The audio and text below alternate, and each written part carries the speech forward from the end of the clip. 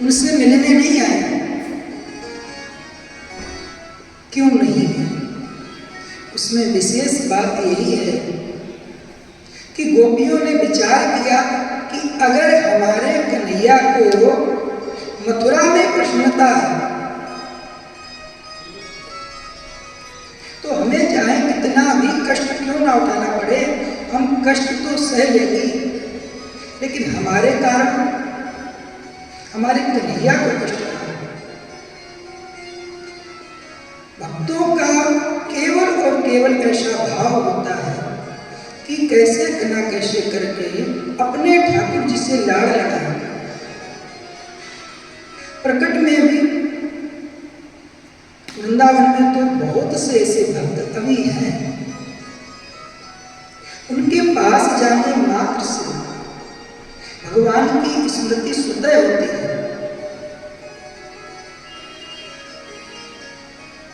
अब याद आगे तो बता देता हूं। एक मैया है वृंदावन में अभी है, ये गोरेदाऊ जी का मंदिर है परिक्रमा मार्ग में, और गोरेदाऊ जी के मंदिर के सामने गली गई हुई है, उसमें उनका मकान है। और उस मकान की जो नेम प्लेट, उस मकान की नेम प्लेट है गोपाल की मां। अब कोई व्यक्ति जो उस भाव राज्य का नहीं है, जो वास्तव में उस पथ का पथिक भी नहीं है, अगर वहां पहुंचेगा, उनको देखेगा, उनकी रहनी को देखेगा तो लगेगा कोई विक्षिप्त है, कोई पागल है। लेकिन जो थोड़ा बहुत भी संतों की कृपा से इस मार्ग में चले, या जिन पर भगवान की थोड़ी भी कृपा हुई है, उनको वहां पहुंचकर अपने ठाकुर जी का अनुभव होता है। उस मैया के घर में कोई ज्यादा सामग्री नहीं है, मकान तो बहुत विशाल है, मैया वृद्ध हो गई है, राजस्थान का शरीर है। विवाह के कुछ दिन के बाद ही यह वृंदावन आ गई और ठाकुर जी को अपना पुत्र मानती है, ठाकुर जी को अपना पुत्र मानती है। और जब तक शरीर स्वस्थ था तब तक तो ठीक, अब वृद्धावस्था आ गई, अब कुछ करने में उतनी समर्थ नहीं है। एक बार हमारे साथ के संत हैं, अपने मित्र हैं, उनके साथ में जाने का अवसर मिला, क्योंकि वह वहां पर प्राय जाते रहते थे। गई, प्रथम दृष्टया मैं भी विचार किया कि महाराज जी कहाँ ले आए। उस घर में इतने चूहे थे कि चूहे की जो गंध होती है वह आ रही थी। घर के अंदर पहुंचे, माई एक तख्त पर लेटी हुई थी,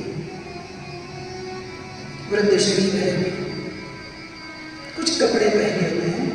पास की एक कोई मैया आती है उनकी सेवा में, तो थोड़ा बहुत उनका जो औषधि का है, दवाई इत्यादि है, वह उनको दे देती है। बाकी वह भी उदासीन ही है, ये भी भगवान की बड़ी एक कृपा होती है कि भगवान अपने भक्त को अब जब देखते हैं कि अब इसको अपने परम धाम में बुलाना है, तो जो भी कुछ थोड़ा बहुत उनका प्रारंभ बाकी है उसको पूरा करके ही बुलाते हैं।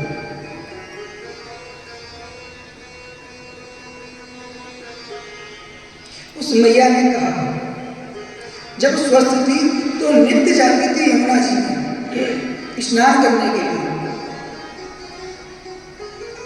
पूछा कि मैया कि आज शाम का भोजन क्या होगा। ऐसा भाव है उनका। बोले ये तो हमारा लाला जाने, ये तो हमारा लाला जाने। भाई मैं तो बूढ़ी हो गई हूँ, जब तक शरीर स्वस्थ था मैं इसको खिलाती थी, अब तो मुझे यही खिलाना है। ये कमा के लाएगा, शाम को तब बनेगा, तब हम भोजन करेंगे। और मैं ठाकुर जी को देखा, छोटे से उनके लड्डू गोपाल, एक छोटी सी उनकी अलमारी वहां पर रखी हुई। क्या दिव्य सौंदर्य है उनका। और यह क्रिया एक दिन की नहीं, निरंतर चल रही है। उनका लाला उनके लिए कमा के लाता है और उनको खिलाता है। अब चाहे वह किसी को प्रेरणा करें, और प्रेरक रघुवंश विभूषण, कि हमारे हृदय में प्रेरणा करने वाले श्री ठाकुर जी। तो भक्तों का अपने भगवान के प्रति विशेष भाव होता है, लेकिन कभी कभी कुछ अहंकार जी।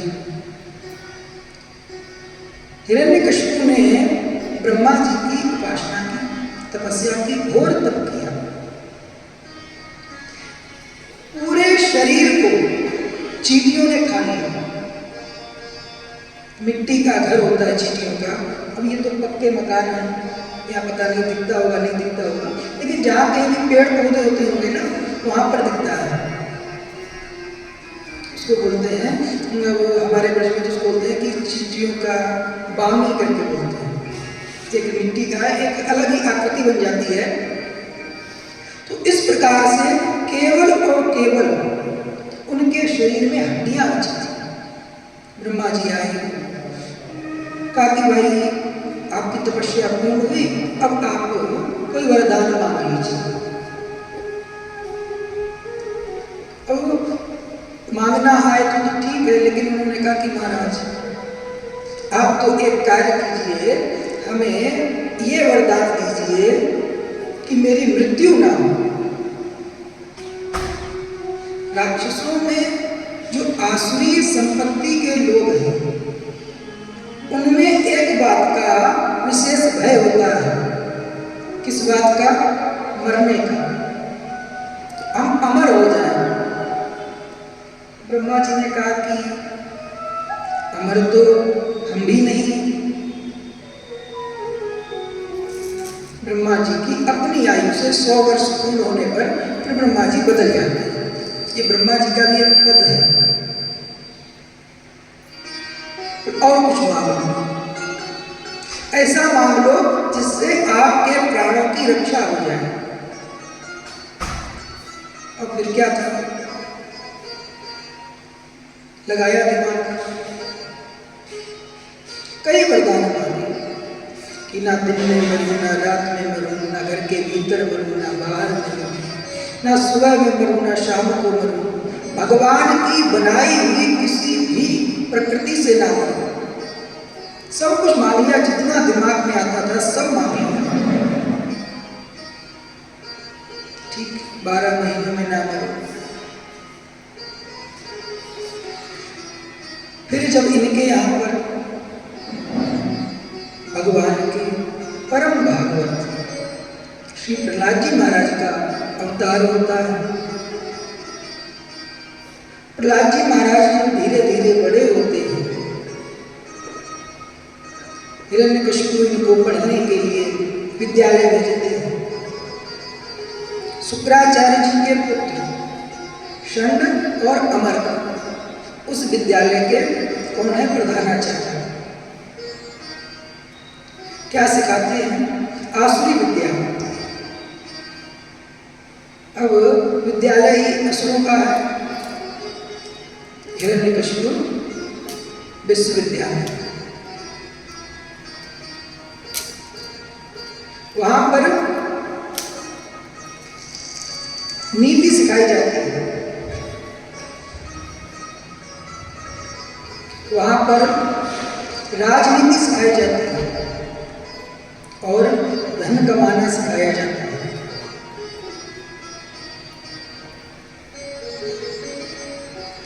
4 पुरुषार्थ हैं, धर्म, अर्थ, काम और मोक्ष। तो उनके यहाँ पर 2 ही हैं, अर्थ और काम। और आज के समय में जो भारतवर्ष में विद्यालय है उनमें भी 2 ही चीजें पढ़ाई जा रही है, धर्म की और मोक्ष की बात नहीं होती है। शिक्षा तो बहुत दूर रही, ऐसे ही है। अलग अलग विषय पढ़ाए जा रहे हैं। किस लिए? बाबा ने लिखा है मानस जी कि मात पिता बालकन बुलावे उदर भरे। कौन सा शिक्षा दे रहे हैं कि उदर कैसे भरा जाए? अरे जिसने जन्म दिया है, जिसने शरीर दिया है, जब हम मां के गर्भ से बाहर नहीं आए थे उस समय उस हमारे भगवान ने,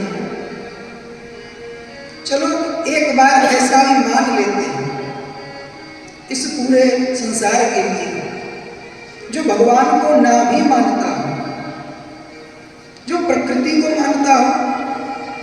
कई ऐसे हैं वो कहते हैं भगवान को नहीं मानते। शंगानंद जी ही बड़ी अच्छी बात इसमें कहते थे कि वह खिलौना को तो मानेंगे, लेकिन इस खिलौना को बनाने वाले को नहीं मानेंगे। इस सृष्टि को तो मान रहे हैं, लेकिन इस सृष्टि को किसी ने बनाया है इसको नहीं मानते।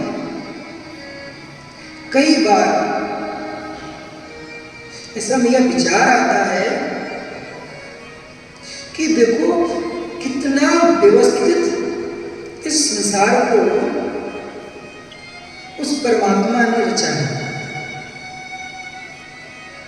कितनी बड़ी यह सृष्टि है, कितने ग्रह हैं, कितने तारे हैं, सब सुचारू रूप से व्यवस्थित चल रहे हैं। कोई एक दूसरे से नहीं टकरा रहा है। और कब से चल रहे हैं? कब से चल रहे हैं? अनंत काल से चल रहे हैं। जैसे भगवान की महिमा अनिर्वचनीय है, भगवत प्रेम अनिर्वचनीय है। कोई भगवान को पाया हो, भगवान के प्रेम को किसी ने पाया हो, उसका रसास्वादन किया हो, अब उससे पूछा जाए उसको ये कैसे मिला, अनुभव क्या, नहीं कह सकता।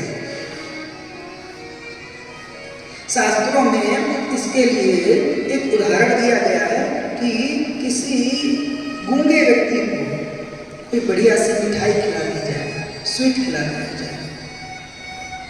अब वह गूंगा व्यक्ति उसके स्वाद को तो अनुभव कर रहा है, लेकिन दूसरे को बता नहीं सकता। प्रहलाद जी महाराज पढ़ने गए विद्यालय में, गुरुजी जो जो पढ़ाते थे बड़ी निष्ठा पूर्वक सब पाठ तैयार करते थे और गुरुजी को सुनाते थे। समय व्यतीत हुआ, एक दिन छुट्टी आई, अवकाश हुआ विद्यालय में। प्रहलाद जी महाराज अपने घर पहुंचे। कितना भी कठोर व्यक्ति क्यों ना हो, लेकिन अपनी संतान के लिए तो वह उदार ही होता है। बड़े बड़े देवता उस समय हिरण्यकशिपु से डरते थे। महाराज स्वर्ग छोड़ करके कंदराओं में जाके छिपते हैं, क्योंकि इतने वरदान मिल चुके थे, अलौकिक शक्तियां थी, कौन लड़े। प्रहलाद जी महाराज पहुंचे हैं। जैसे कोई गाय अभी अभी अपने बछड़े को जन्म दी है,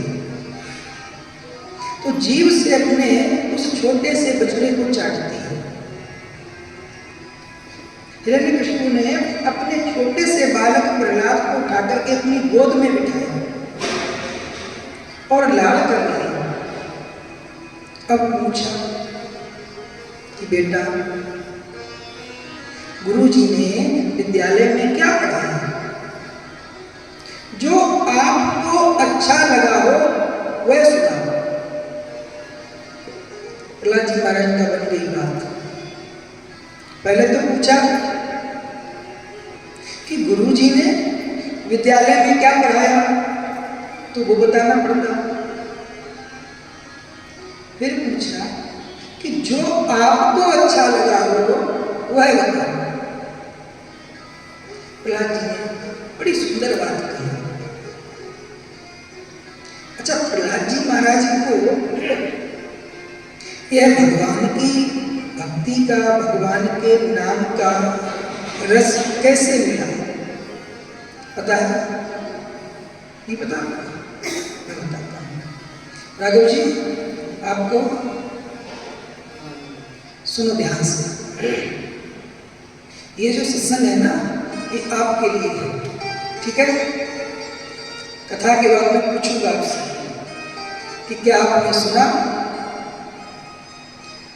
बात ऐसी है कि जब हिरण्यकशिपु तपस्या करने गया था, अभी मैंने बताया ना हिरण्यकशिपु तपस्या करने गया था, उस समय इनकी जो पत्नी थी उनका नाम था मैया कयाधु। वो एक गर्भवती थी। अब पति देव तो चले गए मैया के लिए। इंद्र पहले से ही भयभीत था एक हिरण्यकशिपु से। तो इंद्र ने विचार किया कि अगर इनके एक और बालक हो गया तो हमारा तो हो गया था। इंद्र ने क्या किया कि वेश बदल करके हिरण्यकशिपु के महल में गया। इंद्र जी पहुंच गए और मैया कयाधु का अपहरण कर लिया। अब इनको ले ही जा रहे थे वायु मार्ग से। रास्ते में कौन मिल गए? नारद जी। नारद जी ने इंद्र को डांट लगाई, फटकारा कि आप देवताओं के राजा होकर के एक गर्भवती स्त्री का अपहरण करके ले जा रहे हैं। इंद्र ने हाथ जोड़े नारद जी के प्रणाम किया, कहा कि देखो नारद जी, हम मैया कयाधु को कोई कष्ट नहीं पहुंचाएंगे। बोले कष्ट नहीं पहुंचाओगे तो क्यों ले जा रहे हैं? वो अपने घर में थी। इंद्र कहते कि देखो ये गर्भवती है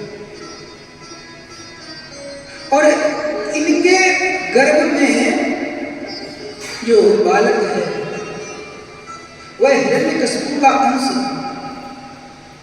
उनके अंश होने के कारण ये परम बलवान होगा।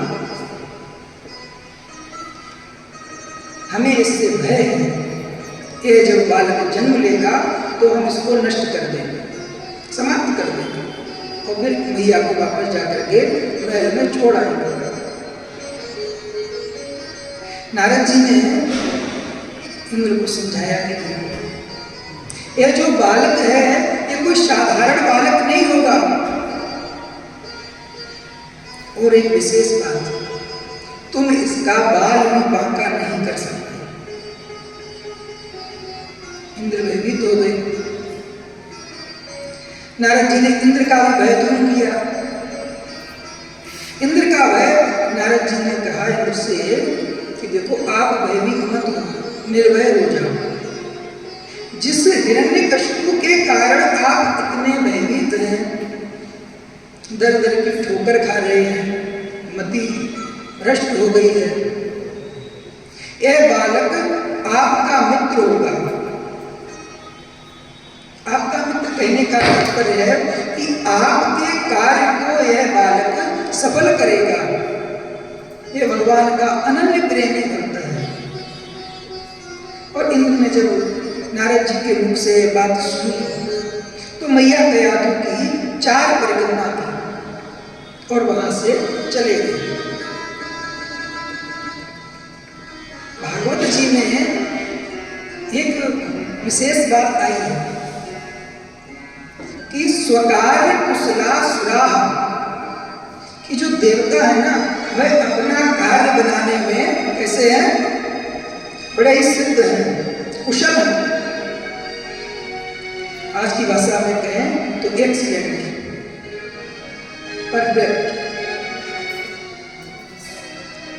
अब नारद जी को इंद्र पर भरोसा नहीं कि मैया को ले जाकर फिर महल में छोड़ दें, पता चले इंद्र की फिर किसी दिन माता घूमे, फिर कुछ करे। अपने आश्रम ले गए और नारद जी अपने आश्रम में ले गए। और संतों के तो आश्रम में 2 ही चीजें हैं भैया, क्या? एक तो सत्संग और एक ठाकुर जी का प्रसाद। अब नारद जी प्रहलाद जी को लक्ष्य करके, नारद जी प्रहलाद जी को लक्ष्य करके मैया कयाधु को भगवान के चरित्र सुनाते हैं, भगवान की कथा सुनाते हैं।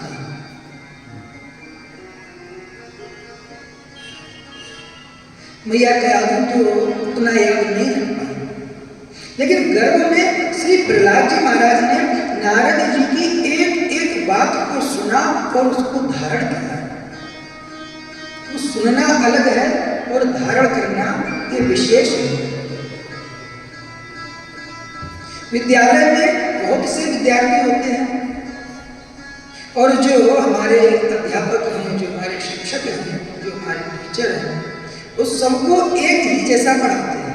ऐसा ही होता है कोई भी क्लास हो, लेकिन उसमें कुछ विशेष बालक बालिकाएं होते हैं जो उस बात को धारण कर लेते हैं और कुछ तो सुनते ही नहीं। तो प्रहलाद जी महाराज ने एक एक बात को धारण किया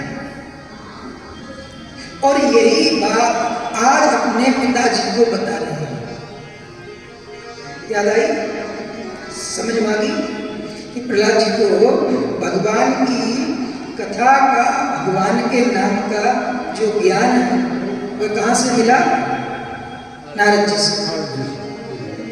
अब ये बात शायद आप कभी नहीं भूलोगे, सुना तो शायद पहले भी कई बार होगा, भागवत जी की कथा इत्यादि में, सत्संग में कई बार सुना होगा, लेकिन अब विशेष ध्यान देके सुनो तो अब शायद इस बात को आप कभी भूलोगे नहीं, भूलना चाहिए। और भूल गए तो मैं कौन से पूछूंगा। प्रहलाद जी महाराज अपने पिताजी की गोद में बैठे हैं।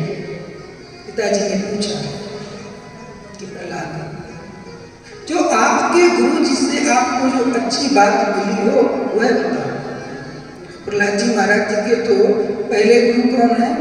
श्री नारद जी। और जो नारद जी ने ज्ञान की बात बताई थी उस बात को श्री प्रहलाद जी महाराज बताते हैं कि ये पिताजी, ये संसार असार है, यहाँ के जितने भी संबंधी हैं वह भी माने हुए हैं, एक दिन इसको छोड़कर जाना पड़ेगा। हे पिताजी, इस संसार सागर से पार करने के लिए केवल और केवल भगवान का नाम और भगवान की कथा है।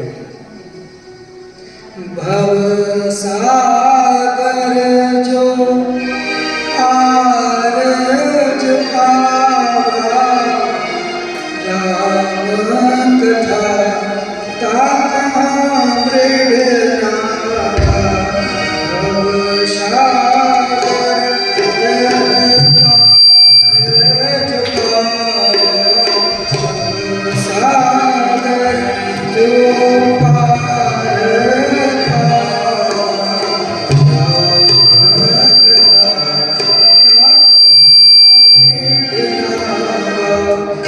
राम जय राम जय जय राम, श्री राम जय राम जय जय राम, श्री राम जय राम जय जय राम, श्री राम जय राम जय जय राम। अब किसी अभिमानी व्यक्ति से यह कहा जाए कि आप अपने अभिमान को त्याग दो, क्रोध को त्याग दो, और जिसको आप शत्रु मान रहे हो उसकी शरण चले जाओ। भगवान को तो वो कुछ गिनता ही गिनता है। प्रहलाद जी ने भगवान की महिमा गाई कि भगवान के नाम का जप करो, भगवान की कथा सुनो, अपने जीवन को सत्संग में लगाओ। अब तो हिरण्यकशिपु का जो पूरा शरीर है वो क्रोध में लाल हो गया।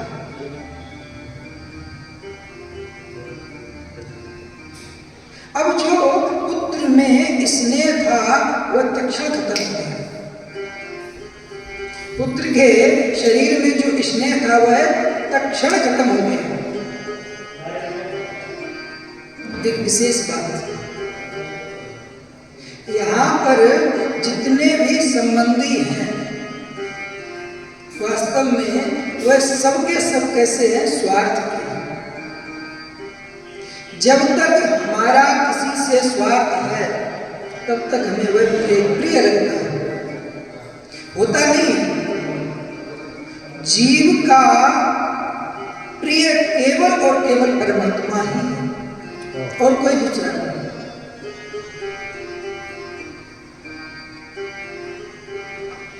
बाबा ने तो किसी को नहीं छोड़ा। सुर नर मुनि सबकी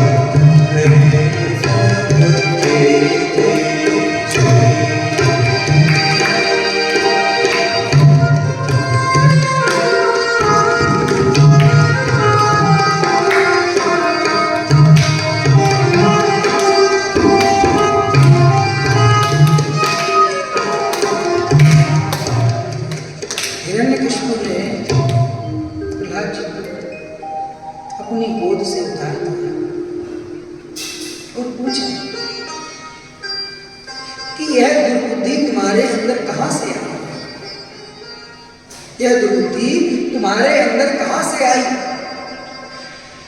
लगता है तुम्हारे विद्यालय में कोई हमारा शत्रु विष्णु का कोई दूत घुस गया है। गुरुजी के बालकों को बुलाया, उनसे पूछा, उन्होंने हाथ जोड़कर कहा कि देखो महाराज, हमारे यहाँ तो वही सिलेबस चल रहा है जो आपने निर्धारित किया है। हम ये कोई सत्संग की बात, कल्याण की बात, कुछ भी हमारे यहाँ नहीं चल रहा है। फिर कहाँ से हो सकता है कोई छिपकर प्रहलाद को सिखा जाता है, हम ध्यान रखें। ले गए। अब तो प्रहलाद जी को डांट कर पूछ रहे कि तुमने कहां से सीखा है? प्रहलाद जी ने बताया कि हमने ये सब नारद जी से सीखा, कोई विश्वास नहीं करता। समय व्यतीत हुआ,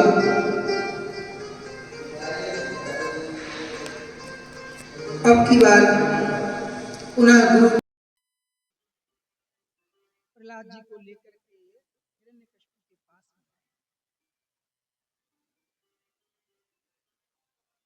हिरण्यकशिपु ने इस बार पूछा वही प्रश्न जो आपने अच्छा तैयार किया हो विषय, वैसे अब क्या था? पहली बार तो एक बात बताई, इस बार तो प्रहलाद जी ने पूरी की पूरी नवदा भक्ति बता दी। श्रवणम कीर्तनम विष्णु स्मरणम पादसेवनम अर्चनम वंदनम दास्य सख्यम आत्मनिवेदनम। इतना सुनना मात्र था, प्रहलाद जी को उठा करके जमीन पर पटक दिया, आदेश दिया अपने सेवकों को कि ले जाकर के इस दुष्ट को नष्ट कर दो। भागवत जी में यहाँ पर हिरण्यकशिपु कह रहा है कि ना जाने इस राक्षसों के चंदन के वन में यह नीम का पौधा कहां से उग गया। अपने मतलब उस कुल को, राक्षस कुल को कह रहा है चंदन, और भगवान के भक्त को क्या कह रहा है? नीम। आज भी संसार में यह देखा जाता है, जो भगवान के मार्ग पर चलता है, लोग क्या कहते हैं? यह बेकार है, कुछ करते धरते नहीं है। बहुत प्रकार से प्रहलाद जी महाराज को पीड़ा पहुंचाई, मारने का प्रयास किया। कहीं कहीं पर 52 प्रकार से बताया गया है, और किसी किसी ग्रंथ में 56 प्रकार से भी आता है। अब अपने विचार करें, मैं तो गिना था एक दिन, तो 20-22 से ज्यादा पहुंचा नहीं। मारने के जितने प्रकार हो सकते थे तो 20-22 तक तो मैंने भी गिन लिया, कैसे कैसे किसी व्यक्ति को मारा जा सकता है। पहाड़ से गिराया गया, जहां पर काले काले नाग हैं वहां जाकर छोड़ दिया। मदमस्त हाथी के पैरों से कुचलवाया गया, पत्थरों से दबा दिया गया। जो जो विचार उनके दिमाग में आते थे सब कर लिए पूरे, तलवारों से, भालों से, सब प्रकार प्रहलाद जी को मारने का उपाय किया, लेकिन प्रहलाद जी को कुछ नहीं हुआ। और एक विशेष बात यहाँ पर प्रहलाद जी के इस चरित्र से मिलती है, क्या कि उनका अपने पिताजी के प्रति मन में किसी भी प्रकार का वैर भाव नहीं है। सामान्य बात नहीं है। 5 वर्ष के बालक श्री प्रहलाद जी महाराज, एक तरफ से उनके अस्तित्व को नष्ट करने के उपाय किए जा रहे हैं, और दूसरी तरफ श्री प्रहलाद जी महाराज अपने पिताजी का ही हित चाहते हैं।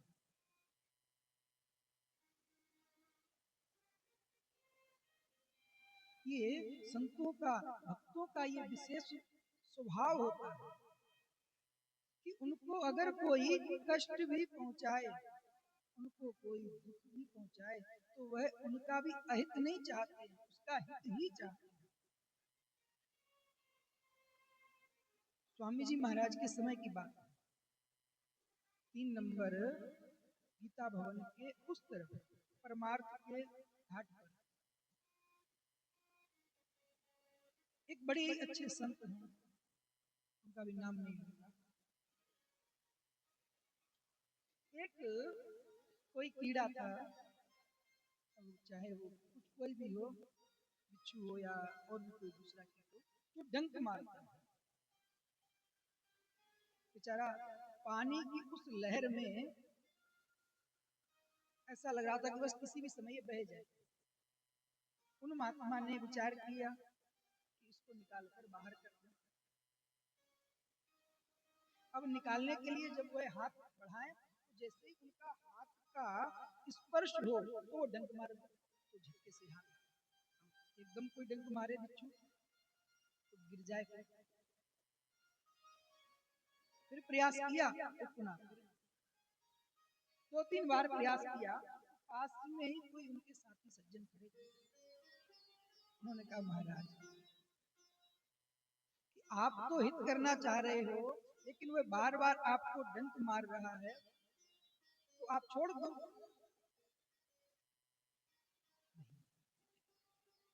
फिर प्रयास किया, उसको बाहर निकाला। कहा कि यह तो दुष्ट है, अज्ञानी है, इसको सत्संग की प्राप्ति नहीं है, इसका तो अपना स्वभाव है, यह अपने स्वभाव को नहीं छोड़ रहा है, तो हम अपने स्वभाव को क्यों छोड़ें? इसका स्वभाव है डंक मारना, तो ये डंक मार रहा है। हमारा स्वभाव है इसकी रक्षा करना, तो हमें इसकी रक्षा करनी चाहिए। प्रहलाद जी महाराज के हृदय में अपने पिताजी के प्रति किसी भी प्रकार का ना तो द्वेष हुआ, ना कोई घृणा हुआ, अपितु उनके हृदय में तो दुख हुआ। किस बात का? अपने को मारने का। कि यह जो जीव भगवान से विमुख है, ये भगवान की ओर चला जाए। बड़े बड़े जो ऋषि महर्षि जीवन मुक्त महापुरुष हैं, उनके जीवन में कोई कष्ट नहीं होता है, वह इस शरीर से परे हो जाते हैं, लेकिन उनके हृदय में भी एक वेदना होती है। आप स्वामी जी महाराज जी की प्रवचन सुनिए। स्वामी जी महाराज कितने करुण भाव से कहते थे, हे अन्नदाता मेरी बात मान लो। अच्छा भला उनकी बात मानने से उनका कोई स्वार्थ सिद्ध हो रहा है? केवल और केवल मानव मात्र के कल्याण का भाव उनके हृदय में, उसी भाव के कारण उनके हृदय में वेदना है कि जो भगवान का अंश है वह इस संसार में भटक गया है। भगवान ने तो अपने उस प्रेम के वर्धन के लिए इस सृष्टि की रचना की। श्रुतियां कहती हैं कि एकाकी ना रमते। अब भगवान अनंत हैं, लेकिन जब तक कोई दूसरा ना हो तब तक लीला पूर्ण नहीं होती।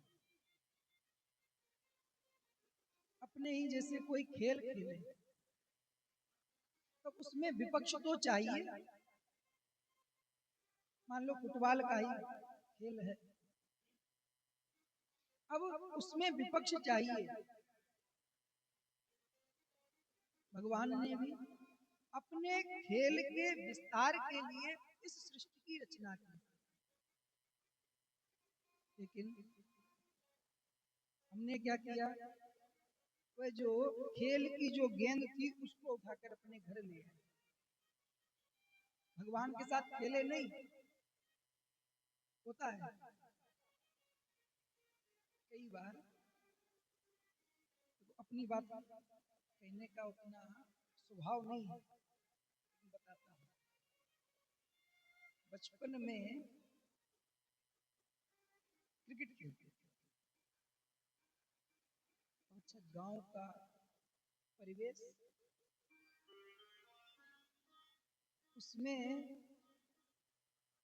जिसका बैट होता है, समझ लो वह विशेष है। अपनी बारी तो ले लेता है, अब जब देने की बारी आती है ना तो उसकी कोई माता जी बुला लेती है या पिताजी बुला लेते हैं या उनका कोई विशेष कार्य आ जाता है, तो अपना बैठ लेके बोले हम तो खेल होगा, खेल हो पाएगा, खुशी की काम। भगवान ने हमें अपने साथ खेलने के लिए बनाया, इस सृष्टि की रचना की, और हमने क्या किया, हमने उस खेल की जो गेंद है उसको अपने घर ले आए। भगवान ने अपने साथ खेलने के लिए बनाया था और हम आकर के घर में रह गए। मैं मेरे की जीवनी गल बंध्या। अब भगवान कहाँ है, उनका तो कोई याद ही नहीं। मैं मेरे में फंसे हुए हैं, मेरा घर, मेरा व्यापार, मेरे परिवार वाले, बस इन्हीं की विचार चलती रहती है कि इनका अच्छे से अच्छा लालन पालन पोषण कैसे हो,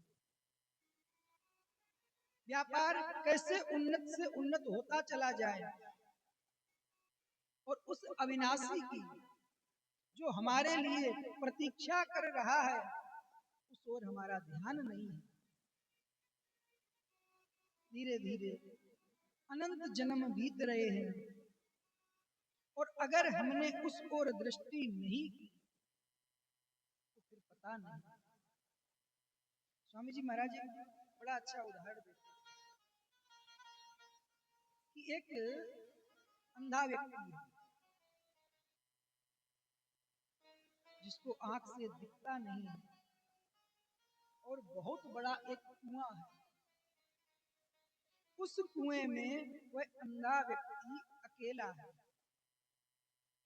और बाहर निकलने का केवल एक गेट है, एक दरवाजा है। उस पूरे कुएं में बाहर निकलने का एक दरवाजा है। अब उस व्यक्ति ने विचार किया कि बाहर कैसे निकला जाए, दिखता तो है नहीं, बिना दिखे इधर भागे तो इधर सर टकरा जाए, इधर जाए तो इधर टकरा जाए। बहुत समय बीत गया लेकिन बाहर निकलने का कोई युक्ति नहीं आई। फिर बहुत समय बाद उसके विवेक में कुछ विचार उत्पन्न हुए भगवत कृपा से। क्या विचार हुए कि दीवाल को हाथ लगा लो और अब किनारे किनारे चलते जाओ, तो एक समय वह आएगा कि उस गेट के पास में तो पहुंच जाएगा और बाहर निकल जाएगा। युक्ति तो ठीक थी, चलने लगा, एक हाथ दीवार पे रख लिया तो धीरे धीरे करते करते घूमता हुआ चल रहा है। लेकिन जैसे ही वह गेट के पास पहुंचा उसकी खुजली होने लगी, सर में भूल गया, और जिस हाथ से वह दीवार पकड़े था उसी हाथ से फुलाने लगा। फुलाया 2-4 कदम, तब तक चल दिया, गेट छूट गया, हाथ तो रखा, फिर चल रहा। घूमते घूमते घूमते घूमते कहाँ पहुंचा, गेट के पास। और जैसे ही गेट के पास फिर पहुंचा फिर खुजली होने लगी, फिर खुजलाता रहा, तब तक 2-4 कदम आगे बढ़ गया, फिर हाथ रख लिया। ये स्थिति उस अंधे व्यक्ति की नहीं है, ये स्थिति हम सबकी है। वह जो कुआं है, वह 84 लाख योनियां है, उसमें जीव पड़ा हुआ है और बाहर निकलने का केवल और केवल एक मार्ग है, वह है मनुष्य शरीर। अब इस मनुष्य शरीर में आकर के अपने कल्याण का मार्ग प्रशस्त करना था, अपने कल्याण के लिए चेष्टाएं करने थी। लेकिन यहाँ क्या कर रहे हैं? उजली करते हैं। ये जितना भी प्रपंच दिख रहा है, ये सब वही है। करिए, मना नहीं है, लेकिन बीच में हमारे ठाकुर जी को रखकर करिए। हे प्यारे, ये जो आपने हमें परिस्थिति, व्यक्ति और वस्तु प्रदान किए, इन्हीं चीजें हैं, व्यक्ति, वस्तु और परिस्थिति। इसके अतिरिक्त और संसार में कुछ नहीं है। खूब विचार करो, करना क्या है? ये जो वस्तु, व्यक्ति और परिस्थिति हमें प्राप्त हुई है, इसका सदुपयोग करना है।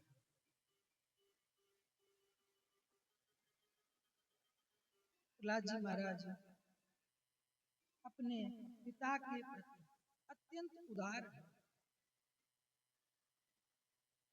हर तरह से हिरण्यकशिपु ने प्रयास कर लिए, प्रहलाद जी महाराज का अहित करने में सफल नहीं हुए। बहुत उदास हो गए कि मैंने इतने बड़े बड़े देवताओं को पराजित कर दिया, इस त्रिभुवन में मेरे समान कोई नहीं है, लेकिन ये छोटा सा बालक, मैं इसको नहीं हरा पाया। क्या मेरी मृत्यु का कारण यही होगा? इनकी एक बहन जी थी, वह आई, उन्होंने समझाया कि भैया आप चिंता ना करें, मैं इनको लेकर अग्नि में बैठ जाऊंगी और मैं तो बच जाऊंगी और प्रहलाद जो है जल जाए। हुआ इसका विपरीत। श्री प्रहलाद जी महाराज की। प्रहलाद जी महाराज तो कीर्तन कर रहे हैं उसमें बैठे बैठे, नारायण नारायण श्रीमन नारायण नारायण नारायण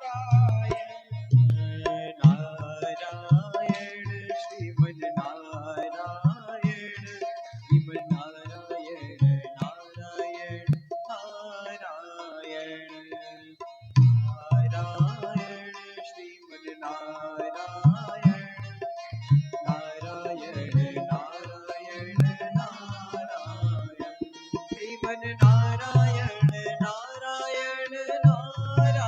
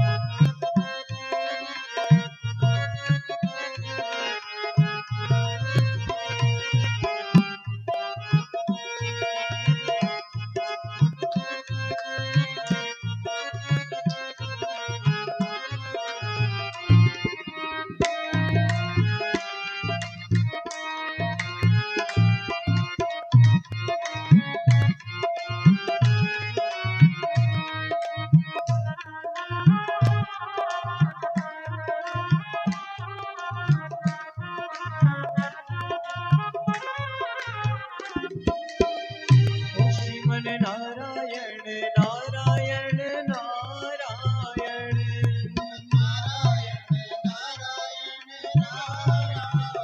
ओम लक्ष्मी नारायण नारायण नारायण लक्ष्मी ओम पत्री नारायण नारायण नारायण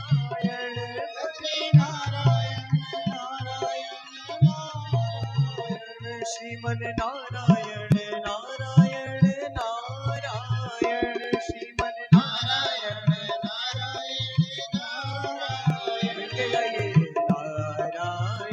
श्रीमन नारायण श्रीमन नारायण नारायण नारायण नारायण श्रीमन नारायण श्रीमन नारायण नारायण नारायण लक्ष्मी नारायण लक्ष्मी नारायण श्रीमन नारायण नारायण नारायण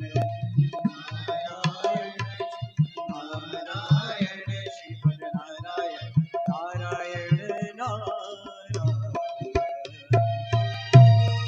श्री राधारमण लाल की जय हो श्री प्रहलाद जी महाराज की। जय हो उस होली की अग्नि में होलिका तो जल गई और प्रहलाद जी महाराज हमारे कीर्तन करते हुए निकले। अब तो हिरण्यकशिपु का जो क्रोध है वो 7वें आसमान पे पहुंच गया। ये 7वां आसमान क्या है मेरे को भी नहीं पता।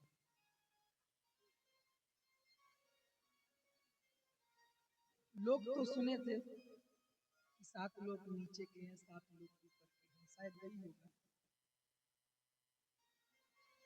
पूछा कि तेरा भगवान कहाँ है? क्रोध में पूरा शरीर लाल हो गया, हाथ में खड़ग ढाली। क्या तुम्हारा गोविंद वह छलिया जिसने मेरे भाई की मृत्यु छल से की, आज तुम्हें बचाएगा? बताओ तुम्हारा वह भगवान कहाँ है? क्या इस खंबे में है? इतना कहना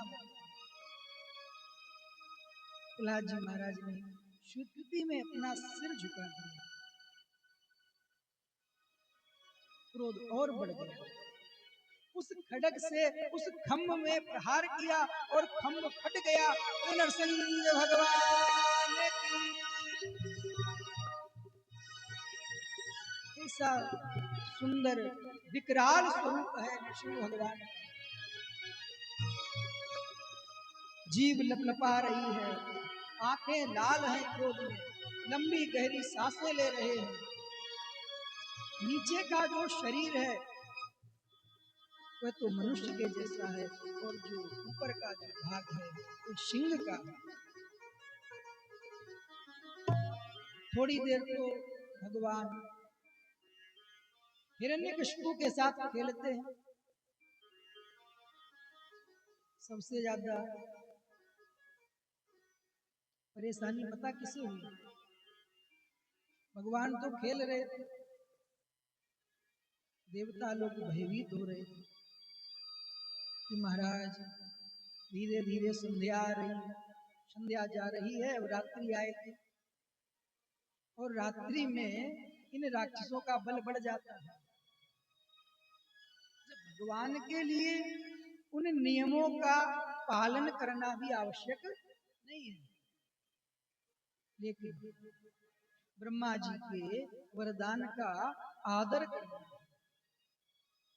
इस कारण से यह 1 महीना भगवान ने अधिक बनाया, क्योंकि उन्होंने वरदान मांगा था कि हमारी मृत्यु जो 12 महीने हैं, कौन कौन से याद करो, याद है?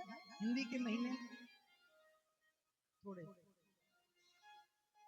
आपको राघव जी दो तीन याद है? अब याद करो।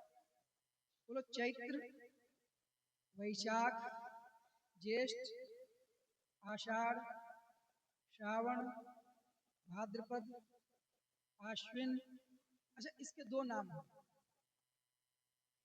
अब हमारे ब्रज में तो इसको आश्विन तो शायद गांव के बहुत कम लोग जाने। क्या कहते हैं भैया? आसोज। आसोज कहते हैं राजस्थान में। हमारे यहाँ बोलते हैं कुआर। क्या बोलते हैं? कुआर। राजस्थान में आसोज बोलते हैं। अच्छा, इसी महीने के नाम अलग अलग हैं। और एक महीना आएगा, आश्विन, फिर कार्तिक, फिर अगहन, पौष, माह, फाल्गुन। ठीक है। अगहन के भी दो नाम हैं। अगहन को मार्गशीर्ष भी बोलते हैं। तो हमारे ब्रज के जो है ना, तो उसकी ज्यादा अभ्यास है। हम लोग तो सीधा बोलते हैं सावन, भादो, कुआर, कार्तिक, अगहन, पूस, माह, फाल्गुन। हो गए। तो इन 12 महीनों के अतिरिक्त एक महीना श्री ठाकुर जी ने अपने भक्त श्री प्रहलाद जी महाराज के लिए और श्री ब्रह्मा जी के वरदान को सही करने के लिए इस महीने का क्या किया? सृजन किया, डिस्कवर, नया, इन्वेंशन।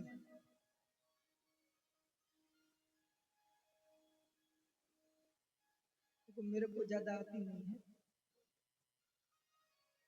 इन्वेंशन ही होता है ना।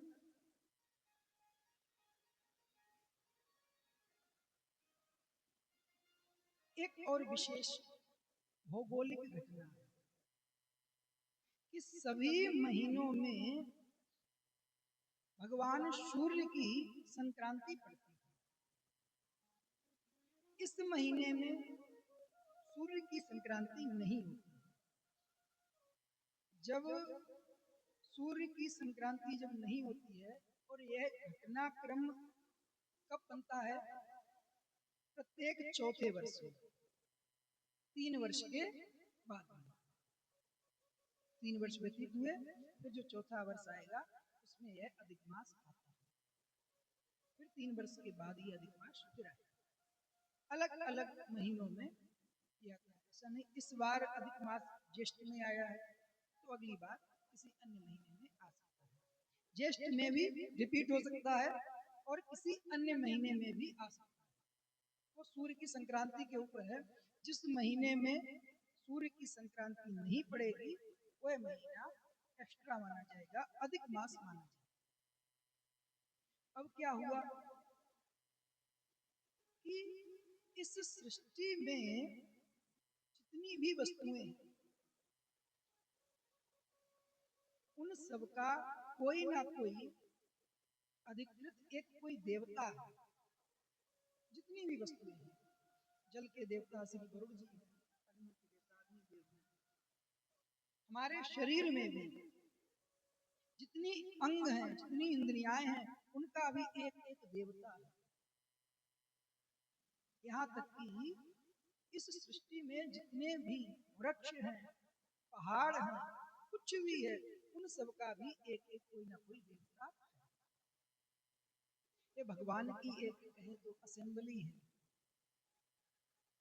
जैसे प्राइम मिनिस्टर हो गए, फिर विभाग बढ़ते हैं, मंत्रालय, किसी को ये मंत्रालय मिला, किसी को ये मंत्रालय, किसी को ये मंत्रालय। उसके बाद फिर नीचे आ जाओ राज्य स्तर पर, फिर उसके नीचे डिस्ट्रिक्ट लेवल पर, फिर नगर पालिका स्तर पर, और सबसे छोटे स्तर पर आ जाओ तो वार्ड लेवल पर, या गांव में गांव का जो होता है मुखिया, सरपंच, प्रधान। उसी प्रकार भगवान के यहाँ भी सबका कोई ना कोई मुखिया है। लेकिन इन 12 महीनों का तो कोई ना कोई देवता है। लेकिन इस मास का, अधिक मास का कोई भी अधिक अधिष्ठात्र देवता नहीं है। तो इसका एक नाम पड़ गया मल मास, कि आप तो मल के समान हो, त्याज्य हो। ये महीना जो है, जिसकी उत्पत्ति भगवान के द्वारा हुई, वही लोगों के द्वारा कैसा हो गया, त्याज्य हो गया। कोई भी मांगलिक शुभ कार्य इस महीने में नहीं करता।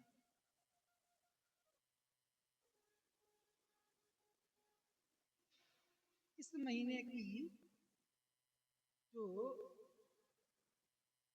महिमा है, बृहद नारदीय उपनिषद, उसमें श्री ठाकुर जी स्वयं कह रहे हैं, एष गुह्यतरो लोके ऋषीणामपि दुर्घटः तथापि वक्षे मित्रत्वात् भक्तत्वाच्च तवार्जुन। बात उस समय की है जब छल के द्वारा पांडवों का राज्य छीन लिया गया। किसके द्वारा? कौरवों के द्वारा।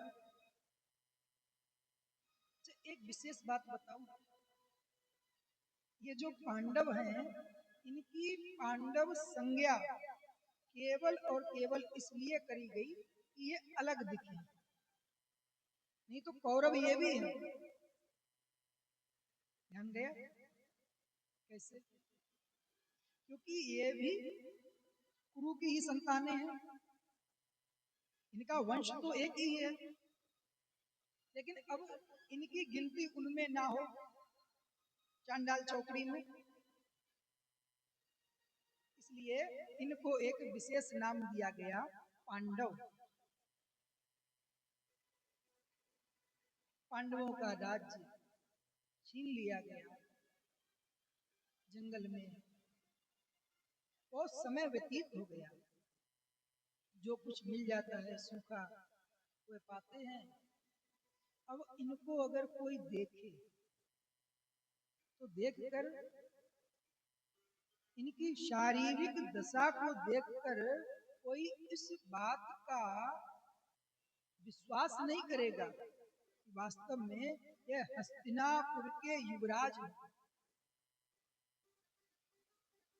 सही प्रकार से भोजन और जल न मिलने के कारण अत्यंत दुर्बल हो गए। भगवान इनसे मिलने गए। भगवान ने जब इनकी ऐसी दशा को देखा तो भगवान ने वहां पर अर्जुन को संबोधन करते हुए कहा कि अब मैं इस सृष्टि का अंत कर दूंगा।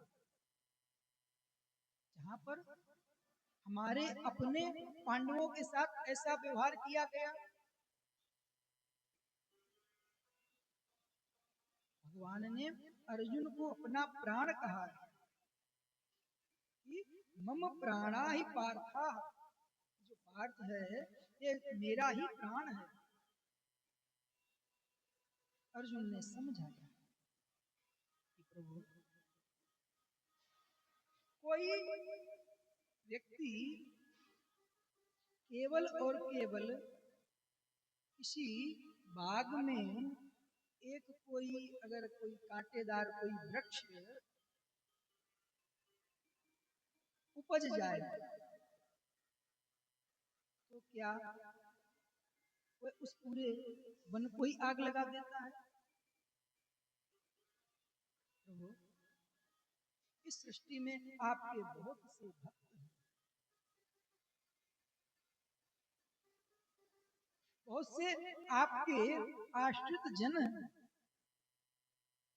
आप अपने हृदय से इस विचार को निकाल दीजिए।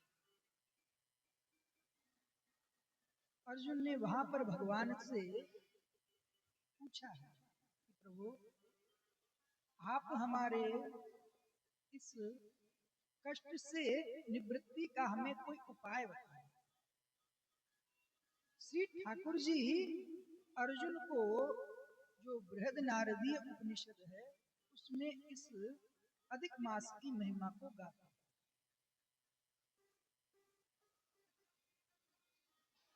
कि जब सभी के द्वारा, सभी महीनों के द्वारा और भगवान के जितने भी प्रकृति हैं, जो वन हैं, जो वनस्पतियां हैं, जो पहाड़ हैं, उनके द्वारा इस महीने का जब तिरस्कार कर दिया गया, अभी जो आप देख रहे हैं ना प्रकृति, ये अभी हमको ऐसा लगता है कि ये जड़ है, कि किसी समय ये सब भी बोलते थे, जितने भी पहाड़ हैं ये सब उड़ते थे। वो बहुत लंबा प्रकरण है, बाद में कभी बताएंगे। इन सब के द्वारा जब इस महीने का तिरस्कार किया गया तो ये जो मल मास है, अधिक मास है, ये भगवान पुरुषोत्तम के पास जाता है, निवेदन करता है कि प्रभु हमारा कोई स्वामी नहीं है और बिना स्वामी के मैं अनाथ हूं। हमें अगर अपनी उन्नति चाहिए तो हमें किसी ना किसी सदग्रंथ का, किसी महापुरुष का आश्रय अवश्य ग्रहण करना चाहिए। उनके कहे हुए वचनों के द्वारा, उनके बताए हुए मार्ग पर चलकर हम अपने जीवन को सफल कर सकते हैं। लेकिन अगर हम उस बताए हुए मार्ग से अलग हो जाएं, अपने मन की करने लगे, तो सिवाय अनर्थ के और कुछ भी हाथ नहीं लगता। शोषति रवि ना पोषो, नीति का एक वाक्य है। कमल की उत्पत्ति कहाँ होती है? कीचड़ में, जल में, जहाँ जल होगा वहीं होगा।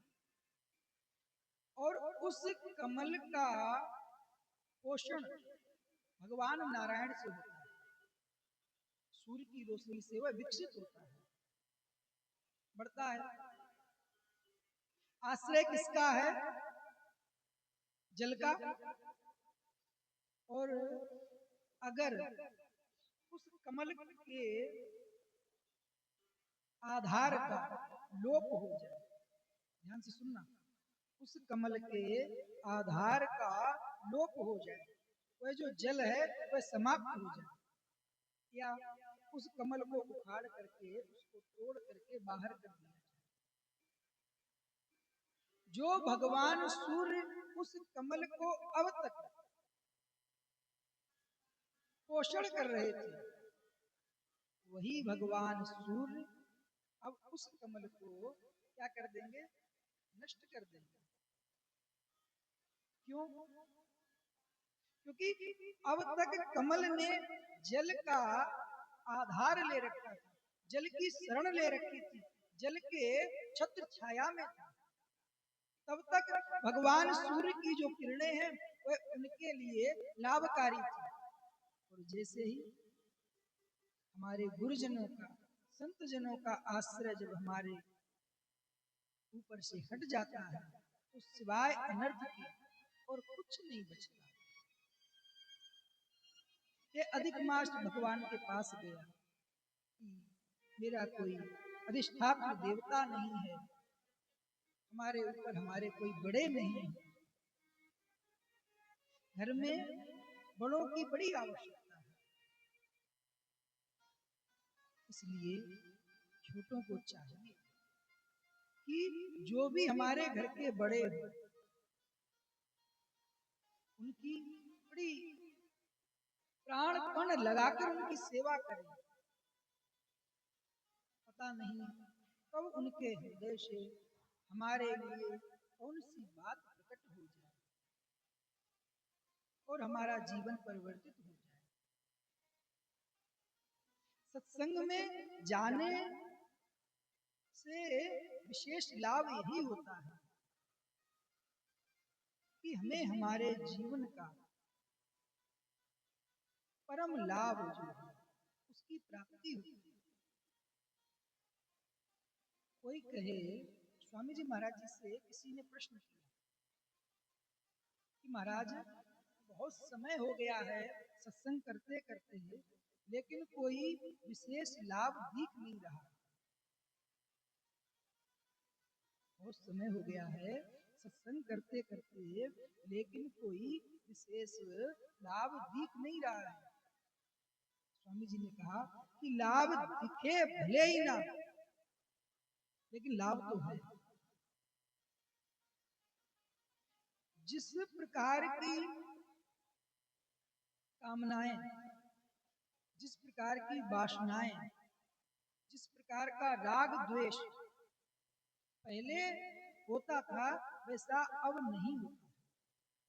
भले ही पूरा का पूरा किसी का समाप्त ना हुआ, लेकिन उसमें बदलाव तो आया है। पहले जिस वेग से काम सताता था, पहले जिस वेग से राग द्वेष आते थे,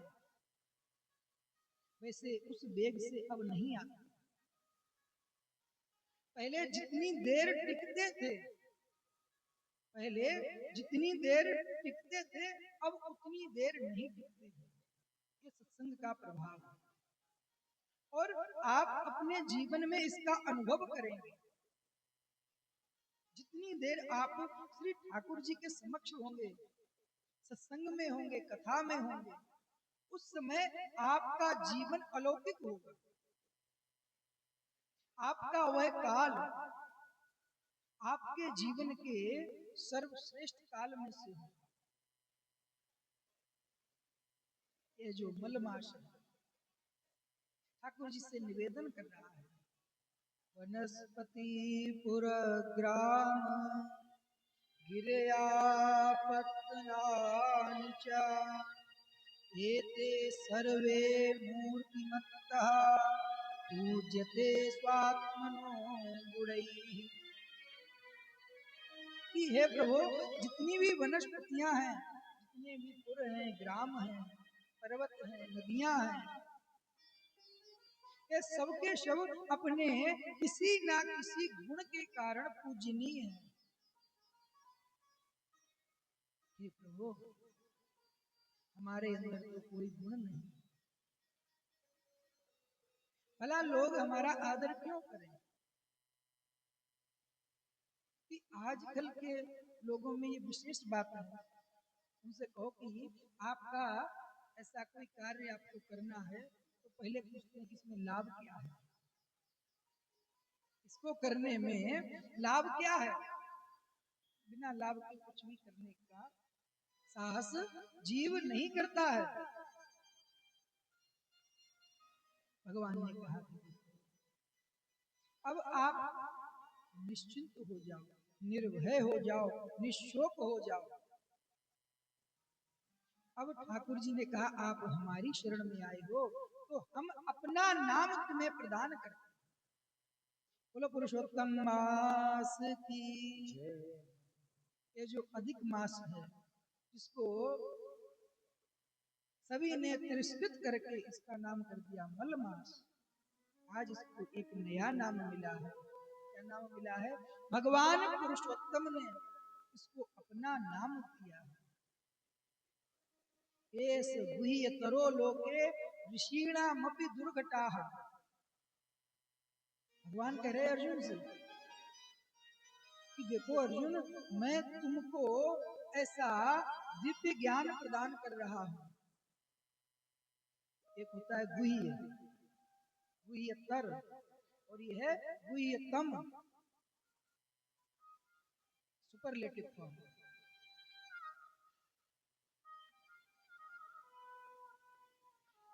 तो अर्जुन जी ने पूछा कि इस मास के विषय में आपके अतिरिक्त और कौन कौन जानता है? इसकी महिमा को कौन जानता है? ऋषि मुनि। भगवान ने कहा कि देखो, ये जो ऋषि मुनि हैं, ये जो संत हैं, ये विशेष विशेष गुणों को धारण किए हैं, लेकिन इस अधिक मास की महिमा का पूरा ज्ञान इनके पास भी नहीं है। ऋषिणामपि दुर्घटाः, ऋषियों के लिए भी है दुर्गम है। लेकिन मैं आपको बता रहा हूं, क्यों? बोले तथापि वक्षे मित्रत्वात्, आप हमारे मित्र हो और जिज्ञासु हो। जब तक जीव के हृदय में जिज्ञासा जागृत नहीं होती,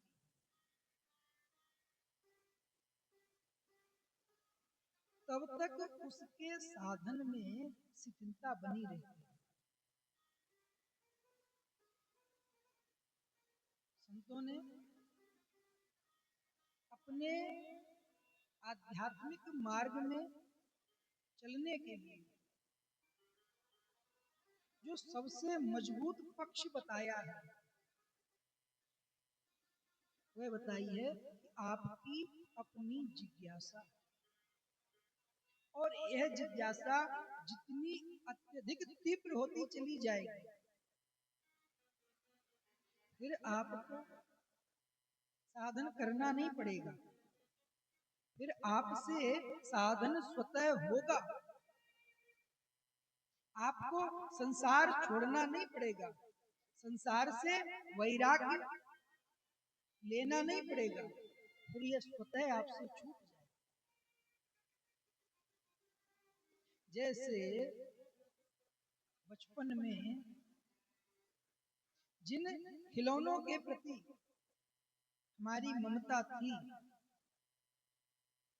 उनमें अब ममता है नहीं है। और बड़े हुए, फिर उस युवावस्था में पहुंचे, उस खेल कूद में जितनी ममता थी उतनी अब नहीं है। उसी प्रकार जब जीवन में भगवत कृपा से वैराग्य आता है, तो संसार की वस्तुओं में, भोगों में हमारी ममता नहीं रह जाती है। और यह कोई जो अनुभवहीन बात हो, ऐसी बात नहीं है। बड़े बड़े सिद्ध महापुरुषों के अनुभव की बात है। भगवान ने इस अधिक मास को अपना नाम दिया, जो समस्त लोक में अपूजनीय था। तमुचा शकला लोका असहाय जुगुप्सितम अनहरो मलमासोयम रवि संकट वर्जिता है। जो भगवान रवि की संक्रांति से वर्जित था, जिसको मलमास कहा गया, असहाय था, अपूजनीय था, भगवान ने उसको अपना नाम दिया पुरुष। भगवान अर्जुन से कह रहे हैं कि इस महीने में कोई भी व्यक्ति अगर भगवान के दर्शन करेगा, भगवान के जनों के दर्शन करेगा, इस महीने में वह अत्यंत गुना फलदायी होगा। किसी विशेष नदी का स्नान करना और भगवान की कथा सुनना इस माह में विशेष फलदायी बताया।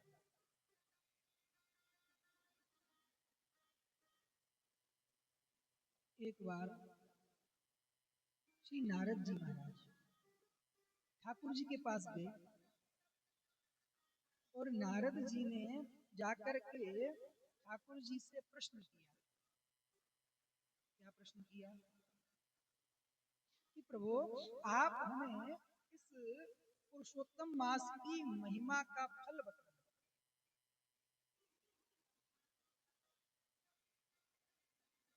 भगवान ने कहा कि देखो नारद जी, मैं तो आपको इस महिमा, इस पुरुषोत्तम मास के व्रत की महिमा का फल नहीं बताऊंगा, लेकिन मैं आपको एक जगह भेजता हूँ, उनसे जाकर के आप संवाद कीजिए, आपको आपके प्रश्न का उत्तर अवश्य मिलेगा।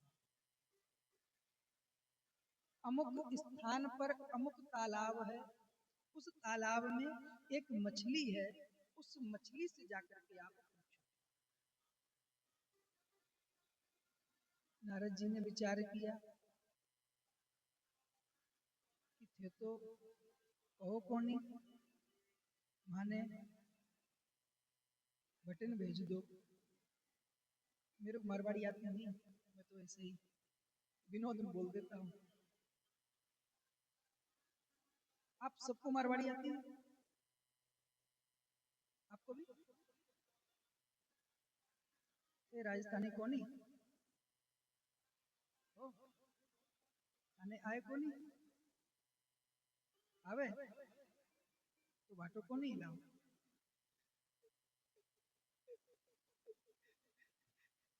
मैं थाने पूछूं, थाने मारवाड़ी आए कोनी आए, ये बोले कोनी। चौकी आए माने, माने चौकी मारवाड़ी बोलूं, ठीक है? हाँ, तो मेरे तो काम चल गई। बोलो वृंदावन बिहारी लाल की जय हो। कथा कहाँ पे थी? बहुत बढ़िया। इसीलिए थोड़ा आप लोगों को अलग किया, पता तो चले आप पहले से अलग हैं कि नहीं। पता चले शरीर तो यहाँ है, लेकिन हम कहाँ हैं? गोलगप्पे की मछली होती वहां पर, या गांव में, या हमारे दुकान पे कौन आया है, या रसोई में क्या बन रहा है, नमक ज्यादा तो नहीं डाल दिया। अस्तु। नारद जी महाराज को उस मछली के पास भेजा ठाकुर जी ने।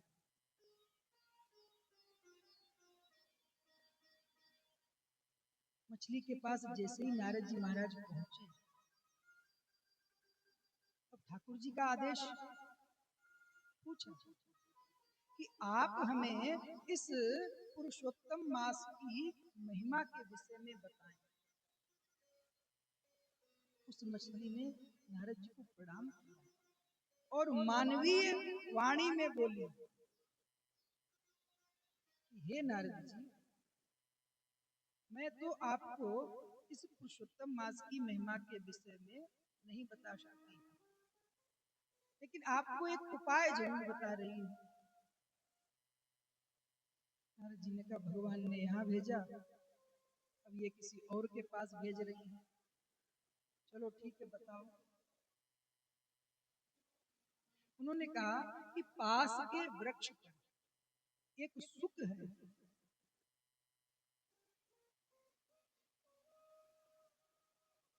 और उस सुक के यहाँ पर एक नवजात बच्चे का जन्म होने वाला है, आप उसके पास जाओ, वह आपको इस अधिक मास की महिमा का जो ज्ञान है आपको प्रदान करेगा। इतना कहा और उस मछली ने अपने शरीर को छोड़ दिया। नारद जी तो डर गए, अच्छी महिमा पूछी, उनका तो अब पहले तो एक ही प्रश्न था कि इस पुरुषोत्तम मास की महिमा का पता चले। अब तो ये और विचार में पड़ गए कि इस मछली का तो क्यों कैसे, एकदम स्वस्थ थी और हमने महिमा पूछ ली, गोविंदाय नमो नमः। उस सुख के पास पहुंचे, नारद जी पहुंचे तो तब तक उस सुख के बच्चे का जन्म हो चुका था, छोटा सा। नारद जी को देखा, तो नारद जी को देखते ही प्रणाम किया,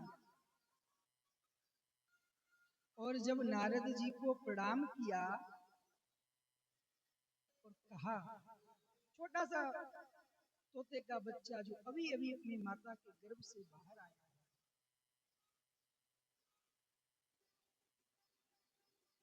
ये नारद जी, आप जिस प्रश्न को लेकर के मेरे पास आए हैं, इसका उत्तर तो मेरे पास भी नहीं है।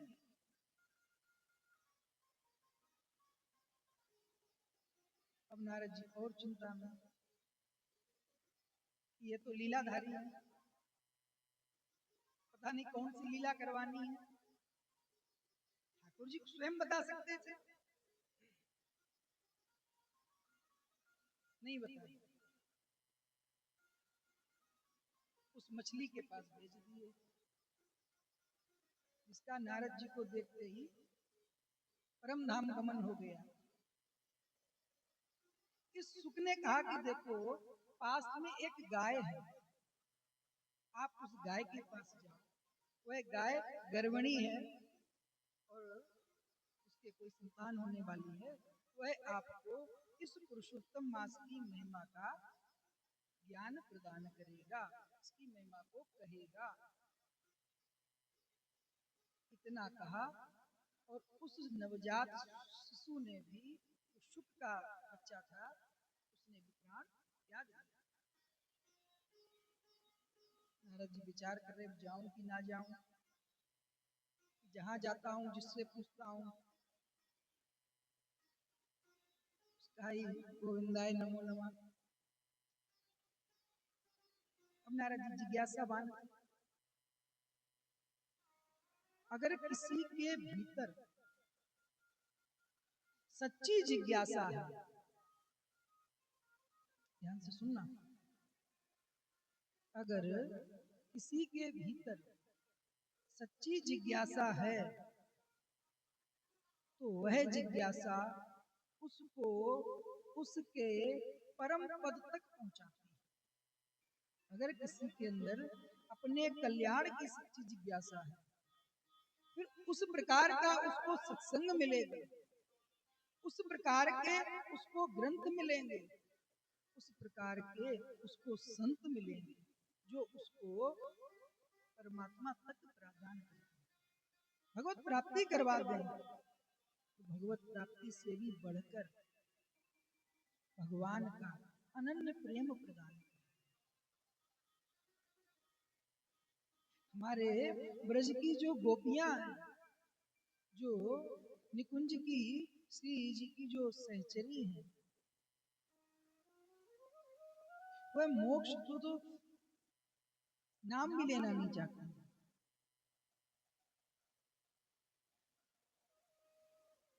मुक्ति, अपनी मुक्ति के लिए इनके पास आती है।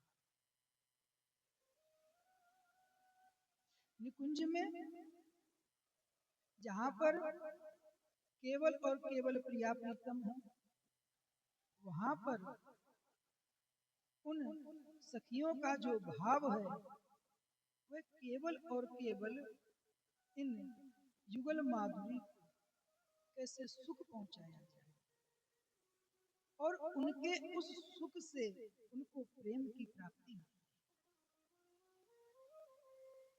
अगर किसी के अंदर सच्ची जिज्ञासा है,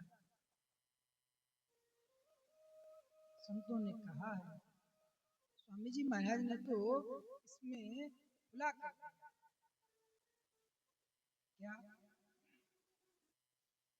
कि किसी भी महापुरुष को जो ऊंची से ऊंची स्थिति प्रदान हुई है, जो प्राप्त हुई है, वह हम सबको प्राप्त हो सकती है। जो स्थिति सूरदास जी, कबीरदास जी, तुलसीदास जी, मीराबाई, करमैती बाई, भगवान के जितने भक्त हुए हैं, उनको जो स्थिति प्राप्त हुई है, वह स्थिति, वह भगवान का प्रेम हम सबको प्राप्त हो सकता है। उसके लिए हमें करना क्या होगा? अनुष्ठान, कोई बहुत बड़ा त्याग, केवल और केवल उस परम तत्व को प्राप्त करने की हमारे अंदर सच्ची जिज्ञासा जागृत हो जाए। नारद जी महाराज पहले उस मछली के पास पहुंचे। उसने कहा कि आप उस सुख के पास चले जाओ और अपना शरीर छोड़ दिया कि आपको अधिक मास की महिमा वह बताए। जब श्री नारद जी महाराज उस सुख के पास पहुंचे तो उन्होंने भी कहा कि आप उस गाय के पास चले जाओ जो गाय गर्भवती है, अभी अभी उसका जो छोटा सा बछड़ा या बछड़ी जो भी जन्म लेगा वह आपको इस अधिक मास की महिमा को कहे। और उस सुख ने भी प्राण त्याग दिया। अब नारद जी के मन में जिज्ञासा तो थी, साथ ही साथ उनके मन में अब